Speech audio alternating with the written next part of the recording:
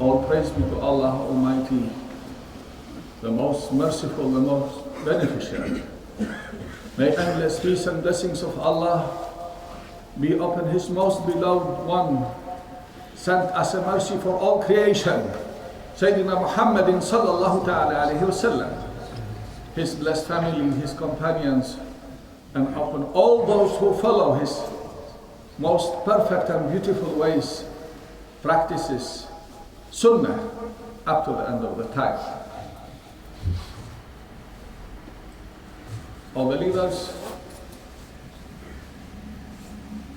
Allah subhanahu wa ta'ala has granted this ummah such station, such honors that no other nations before ever dreamed to have.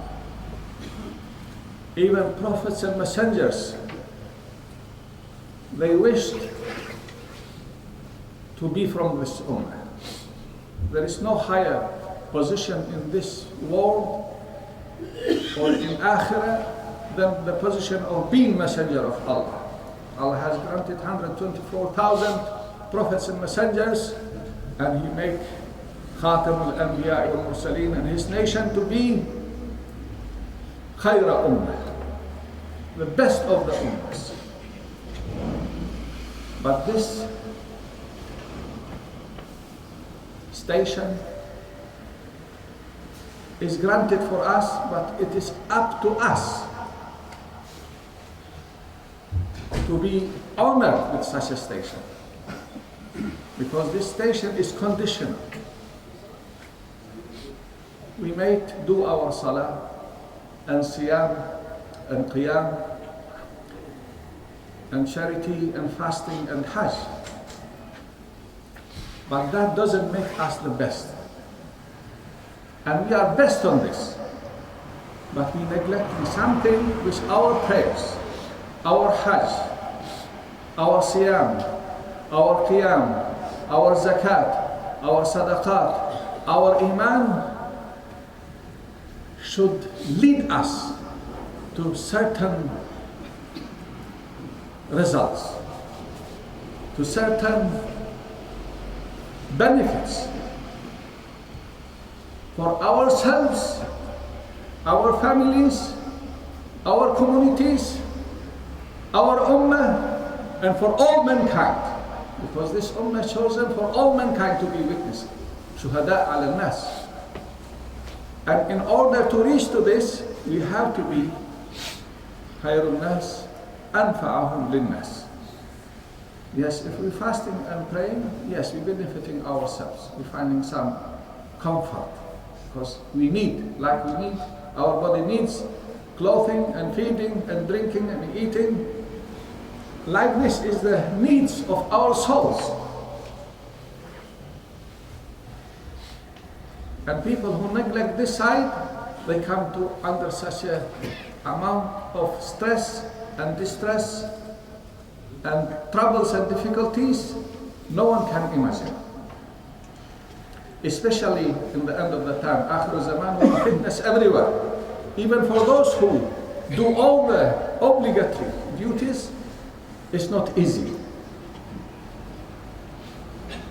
But this hadith sharif giving us some indication that in our time we're neglecting this side of Islam.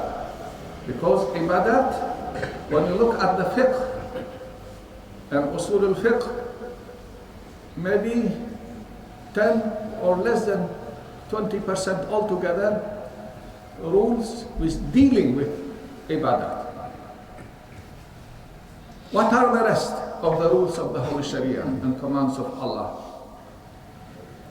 Maybe over 80% mu'amalat. Mu'amalat is dealing with people with justice and kindness. And this is why Prophet ﷺ saying, khairun nas anfa'ahum linnas.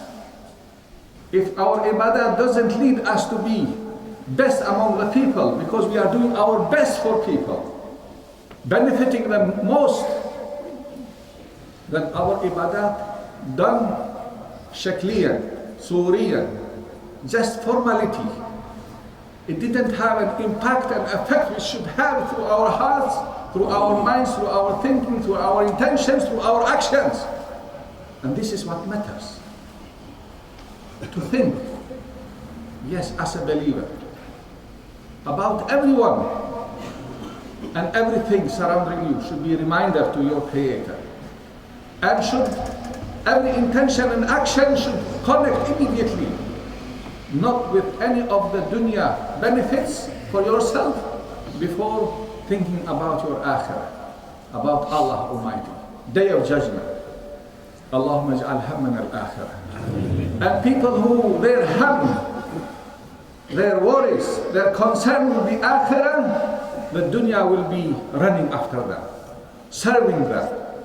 But if our ham become dunya, we become servants and become slaves of this dunya. And we forgetting that we have not been created for this dunya. We have been created for the Mawlana, Allah Azza wa Jal, to be His servants. If we are His real servants, then we have no worries about the dunya and what is in it. Because if Allah giving you akhirah, it should be our priority to please Allah and to reach this grant of eternity for akhirah. What is the dunya? What is the value of this dunya? Prophet ﷺ describing it in just few words. Jifa is like a dead animal. Who will run to eat from the meat of a dead animal? Carcass. No one. And except Prophet ﷺ saying dogs. They don't mind running to them. Like this, he describing people who forgetting akhirah and running to dunya, eating such rotted meat, which is no benefit for us.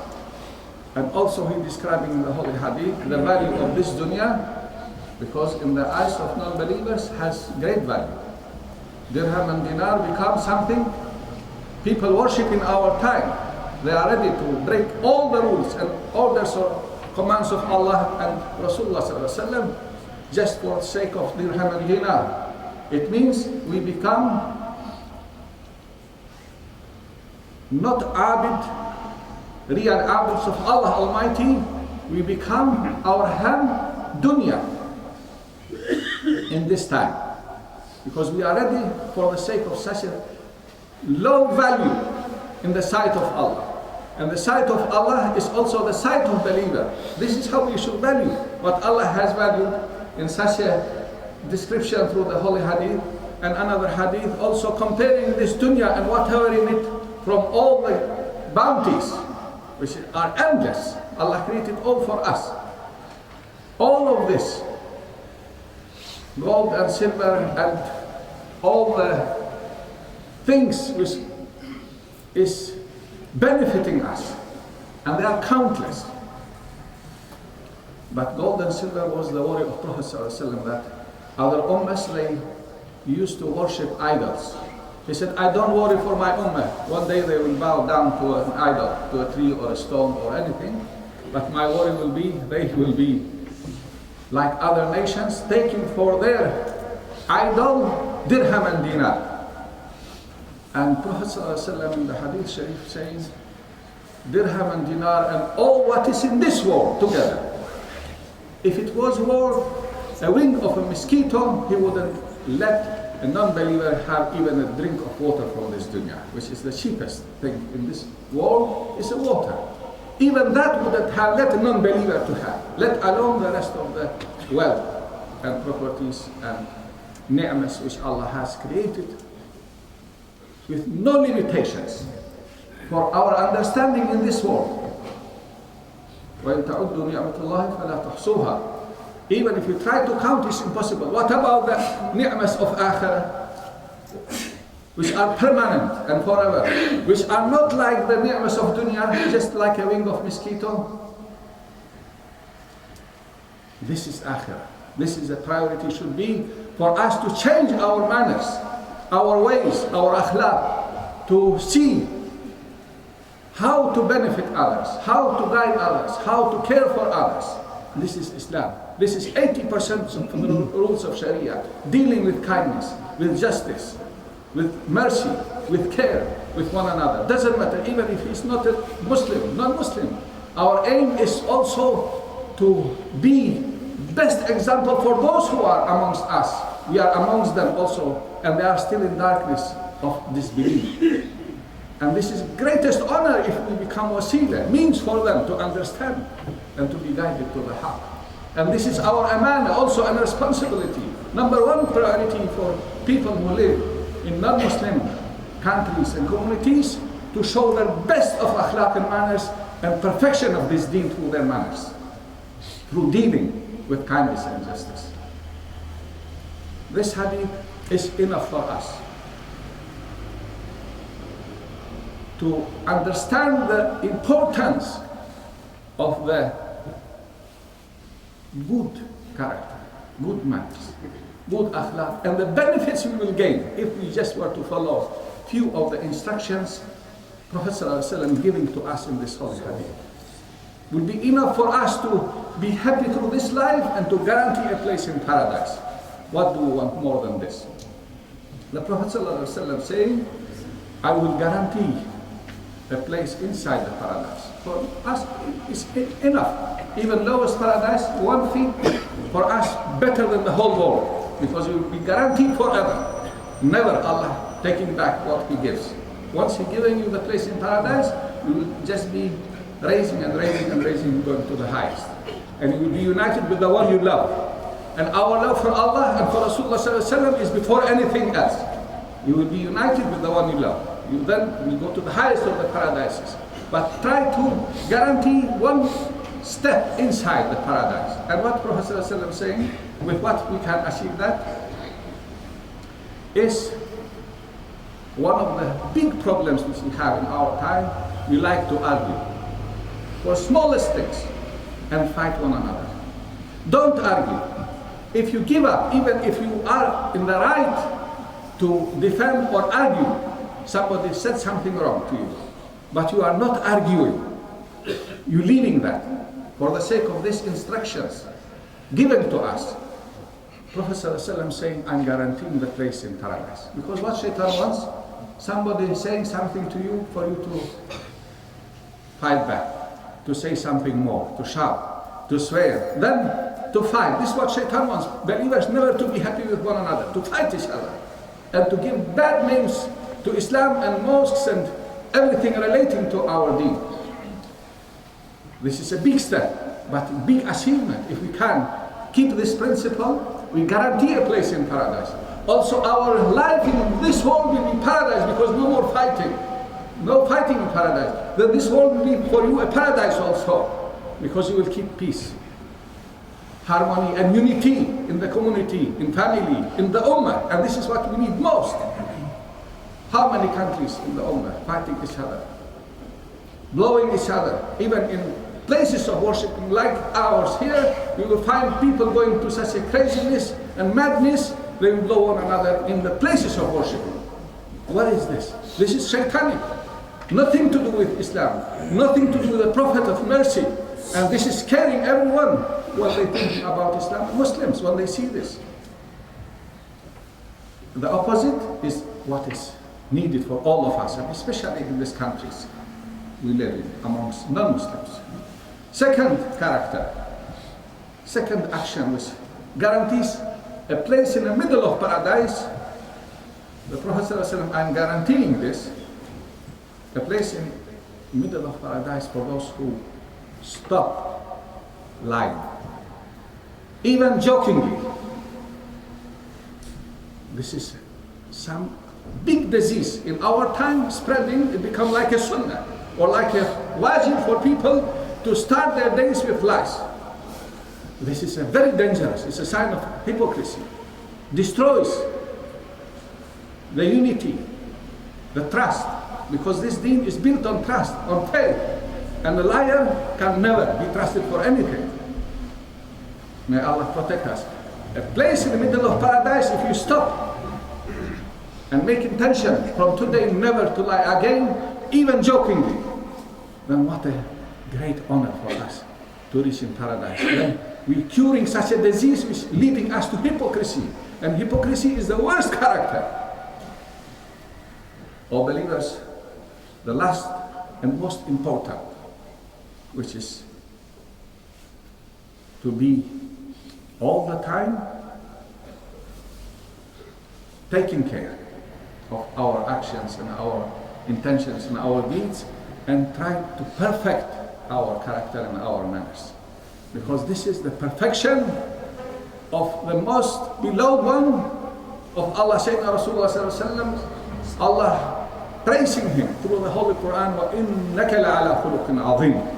Indeed, you are in the most beautiful and perfect and highest position and best example for the best of the manners and best of the akhlaq. And for those who have this quality, and we should all aim for this, this is the highest, taking us to the highest of paradises, taking us to be neighbors next to Sayyidina Rasulullah Sallallahu Alaihi Wasallam, and also making us to be honored and respected by all Allah's creation in this world.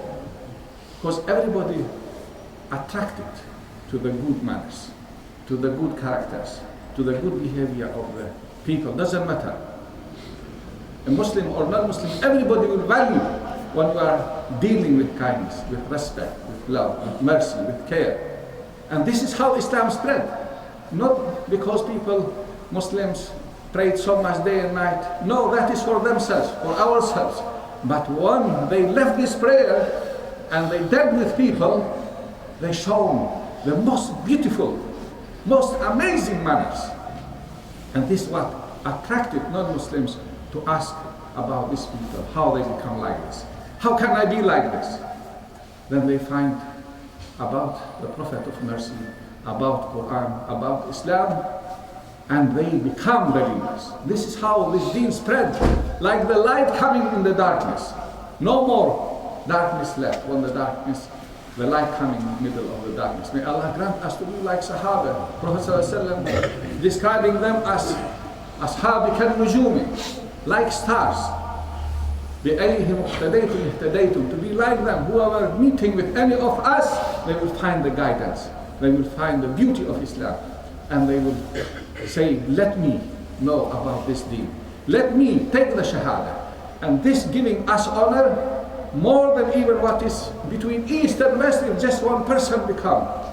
Because of your manners, because of your character, because of your akhlaq, he's taking Shahada and saying, La ilaha illallah, Muhammadun Rasulullah sallallahu ta'ala alayhi wa sallam. May Allah grant us to be like the Sahaba, like those who follow their footsteps and following and obeying, listening to Allah's order and command of Rasulullah sallallahu alayhi wa sallam, and following his sunnah, and keep us in the right path, forgive our sins, and unite our ummah to do the goodness and to raise the flag of La ilaha illallah Muhammadun Rasulullah wherever we are, all the time, to be in khidmah, servants, and to be humble and kind and merciful to one another, and also to care for others who are not part of this ummah. Ameen, ameen.